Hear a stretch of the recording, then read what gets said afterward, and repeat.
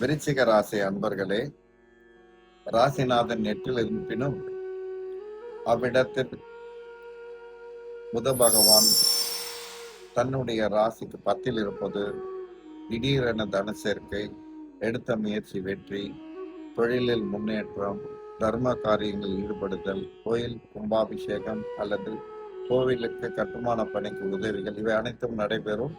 இது தர்ம கர்மாதிபதி யோகம். பித்திருக்களுக்கு சாந்தி செய்து நன்மை பெறும் காலம் இது. தன்னுடைய ராசிநாதன் 8 இருப்பது நன்மை அல்ல. ஆயினும் 9ஆம் இடத்தில் உள்ள அதிபதி உச்சம் பெறுவது தந்தை வகையில் யோகம், குலதெய்வத்தால் நன்மை, ஆசீர்வாதம், உடனுடன் தன்னுடைய மாமியார் வகை லாபம் இவை பெறுவர். தன்னுடைய மாமியாருக்கு உடல்நல குறைபாடு இருப்பின் கவனம் வேண்டும். அவர்கள் சொத்து சம்பந்தமான விஷயங்களில் ஈடுபடும் காலம் இதுவல்ல, தாமதித்து செய்யலாம்.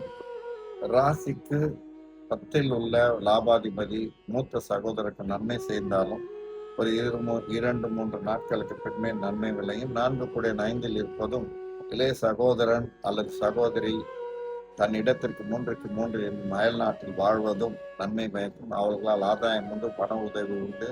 தொலைத்தொடர்பு, தொலைப்பயணம் அல்லது தொலைதூர செய்தியின் மூலம் நன்மை கிட்டும்.